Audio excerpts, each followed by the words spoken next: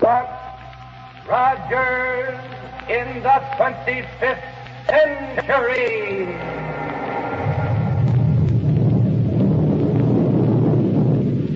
And the shower of silver dollars from Popsicle Pete's money box.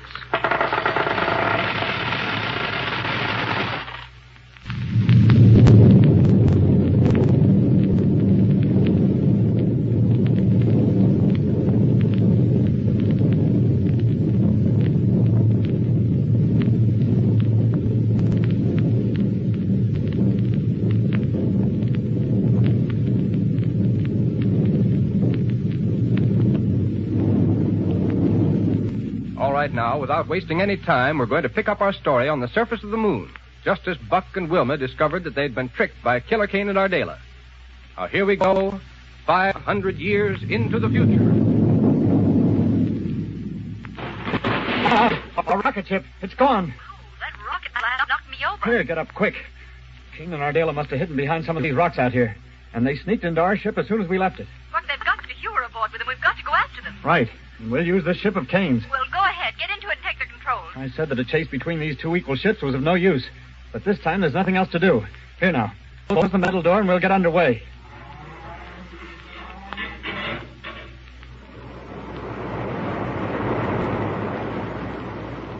Can you still see our blue ship in the teleradioscope, Aardala? Yes, Kane. Buck and Wilma have just got into it.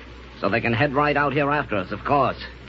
We'll wait until they take off their spacesuits to operate the controls. What did you do? Left a slow generating gas pot under the control seat. It'll poison them before they know what's happened to them. Good work. Say, you must have hit Dr. Heur pretty hard while he was getting out of his spacesuit. See, he's still out cold. Then we won't need to worry about him for a while. As a matter of fact, from now on, he can do all the work. How do you mean? Heur's next job will be to invent a new weapon. For me. And it will have to be something I can use to bring a whole planet to its knees in a single stroke. Isn't that asking a lot, Kane? For a man like you, huh? No. What I'm thinking of is trying to persuade him to do it. I've an idea that when I show him how much he can accomplish under my direction, he may be perfectly willing to play along with us. All right. Now, where are we headed for? Aardala, we're going to Enceladus. That's one of the moons of Saturn, isn't it? Yes, it's one of the least known moons of Saturn. But I've decided that it will provide a good nucleus for the organization I will build up to carry out my plans. Why pick Enceladus? Because there we can work without any chance of being disturbed or interfered with. That sounds logical. Oh, my head. Wait, Hewer's coming too. Look, where are you? Wilma. Shall I throw some water on his face? No, let him come out of it in his own sweet way. Killer Kane. Hello, Heur. How are you? Well, what have you done? Where are Buck and Wilma? I'm sorry, Dr. Heur. Aardala. But I'm afraid it was necessary to leave them stranded down on the moon. Stranded? Well, Yes, the power control on that blue ship down there is out of order. Oh. Now, how do you feel? As good as could be expected under the circumstances. Do you really care? Heur, I'm a man of few words, so I'm going to speak bluntly. Well, you know what my plans for conquest of the solar system amount to. Or at least you ought to know by this time. yes, Kane. I know your wild ideas only too well. Now, wait a minute. Yes. Nobody realizes any more than I do your capabilities as a scientist. In short, with your cooperation, the conquest I desire will be easy. And if you seriously stop to think about it, you'll realize that working with me will not only give you more wealth than you've ever dreamed of, but a chance to make scientific progress such as you've never had before. The whole solar system will be your laboratory. You will be the greatest scientist who ever lived. Kane, I'm not the least bit interested in what you're saying. Huh? Nothing under heaven could ever persuade me to be a partner to your crime. You are. Either you'll come along with me, or you'll die. As Rogers and Wilma have died. What are you talking about? You heard what I said. But before you said... You only said that the ship you left them in back there on the moon was disabled. Of course, so you wouldn't feel any animosity toward me when I made my little proposition to you. Do you think I'm a fool? What good would disabling their ship do us? No, you are. Our little situation required somewhat more drastic measures.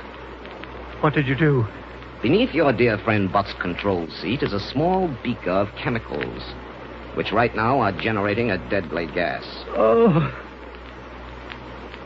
In other words, When he and Wilma take off their spacesuits to operate that ship, it will begin to have its effect on them. Not too quickly, either. So they'll have no warning until it's too late. Clever, huh? You're not human. Really? Thank you. Kane, you're a monster. Yes, you are. And I'll give you the same medicine if you try to cross me. Now use your head, you old fogey. You've got a decision to make. On the one hand, wealth, fame, and power. On the other, burial and outer space. Well, will you play along with me? Never. Let me hit that radio unit. You are. I've got to warn them. Get away from the radio! Nice work with the paralysis ray, Aardala. I congratulate you. Thanks, Kane. Whether you'll admit it or not, Heur was in a fair way of knocking you down. I wouldn't say exactly that. But the old boy does pack more of a wallop than I gave him credit for. But it's the last one he'll ever throw. But now listen. Well? I can't seem to spot it on the viewplate now. Perhaps because we're out of range. And so let us... No, the rocket ship we left on the moon. Just before you and Heur started to scrap, I saw it take off. Maybe your little trick hasn't worked after all. So soon? Of course not. Knowing Rogers, I know that he'd take off after us without waiting to remove his spacesuit. But he certainly wouldn't continue to fly with it on. Or Wilma either. And when they do remove them, we'll have nothing more to worry about.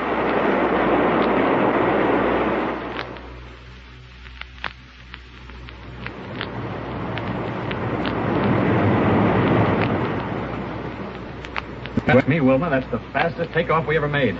Now, let's get out of these spacesuits so we won't have to talk by radio. Are we going in the same direction that Kane took? Yeah. So spot his ship in the teleradioscope as fast as you can. Hard to tell what focusing range to... Oh, there it is. Good. I see it. And we're going straight after it. Thank goodness he's flying a straight course, though. Huh? Notice how clouds of cosmic dust keep interfering with the vision on this viewplate? Yeah. Too bad he got such a head start on us. But, Wilma, he's heading straight out toward Mars or Saturn. They happen to be in line with each other. Now I can't see your ship at all. Look, if he swings around out there very much, we're going to lose him, do you know it? Well, we don't need to. We can hook in the gas analyzer and automatically follow his rocket trail. Great, I'll get it for you right away. Get it for me? Sure, out of this cabinet over here. But it's right here on the control board. See these dials? There. Turned it on. Then what's this unit here on this shelf? Oh, that's just an auxiliary unit in case this one gets out of order. Leave it there. Oh. See? These dials register 3, 1.7, and 32.1. Mm-hmm. It's Kane's rocket trail, all right. From now on, this ship will follow it automatically. Good. But say, let's get out of these spacesuits. Yes, let's. Breathing condensed air gets tiresome. They're not exactly comfortable in the control cabin, either. Unsnap my helmet clamps for me. Sure. No, wait a second. Where are you going? Didn't close the door of this cabinet tight. For that, you can open your own helmet. All right. Anything to breathe pure air again. Wait, stop. Huh? Keep on that helmet. Are you trying to get me? Ouch! Told you to keep that helmet on. You see that auxiliary gas analyzer there in the cabinet? What's the matter, Buck? Cyanogen gas. Something very much like it here in this control cabin. What? According to dial 1 on this analyzer, it's slowly been getting stronger and stronger in here. Right now, there's enough to kill us instantly. Buck. More of Killer Kane's work. Somewhere in this control cabin. Here it is. See this beaker? Right under your control feet. Yes. Pouring out a gas intended to get us the minute we took off our spacesuits. Snap your helmet clamps tight again. What are you going to do? Throw this beaker out the main metal door. While we're tearing along like this? Yes, sir. Boy, did you feel the air in this cabin rush out when I opened that door? Yes, Buck. The pressure in here is returning to normal again. Well, that helped to clear the gas out, too. Thank heaven for the auxiliary gas analyzer. Yes, it's back to normal again. Well, then we can take off these helmets safely. I'm almost afraid to. No, it's okay now. Here, I'll help you. There you are. Here goes my helmet. Now that it's all over, Buck, I feel sort of funny. Yeah, I know what you mean. If you really think about it, it was a pretty close call for us. Too close. Killer Kane and Aardala won't stop at anything. The president was right, Buck, when he said that this is the most dangerous assignment he ever gave us. And we're seeing it through. We know how far Killer Kane will go to get what he wants, so we're going to play mighty safe every step of the way. But we're not going to waste any time. We can't waste any time. Keep the power on full. Dr. Heur is a prisoner aboard their ship, Buck, after what they tried to do to us. Don't worry, Wilma. We'll get to him. We're on a clear rocket trail that can't miss. Maybe these two ships are exactly alike, but there are a few tricks of navigation that even Killer Kane doesn't know.